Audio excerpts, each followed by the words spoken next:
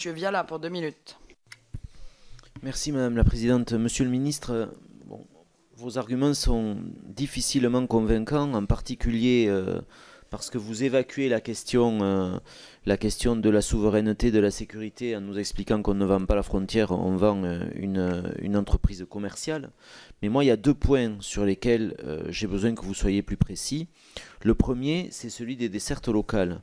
Aujourd'hui, ADP est un établissement majoritairement détenu par le public.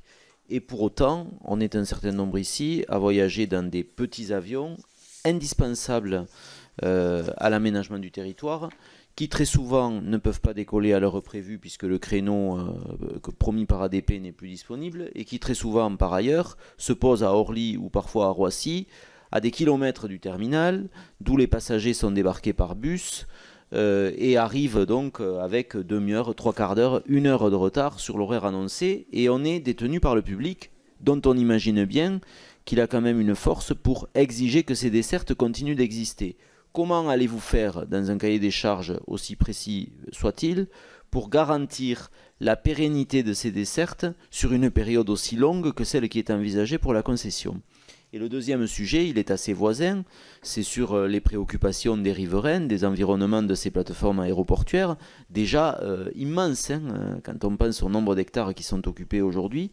Comment allez-vous faire pour garantir sur une durée, encore une fois très longue, de 70 ans, un minimum de quiétude, si on peut s'exprimer ainsi, aux riverains de ces plateformes aéroportuaires, compte tenu de l'évolution qu'on peut imaginer et de celle qu'on a du mal à imaginer de l'instant présent, des besoins, des usages, des technologies, etc.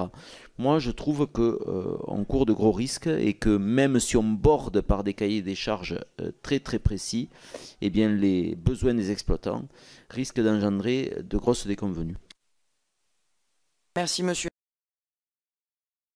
Enfin, pour M. Viala, parce que c'est une question absolument majeure pour nos territoires, je rappelle que la garantie des créneaux pour les aérodromes de province, elle est fixée et garantie par la DGAC, elle est de niveau législatif, ça ne changera pas, et si vous estimez que des renforcements législatifs sont nécessaires sur ces dispositions existantes qui attribuent à la DGAC la définition des créneaux pour la desserte des aérodromes de province, là aussi j'y suis ouvert.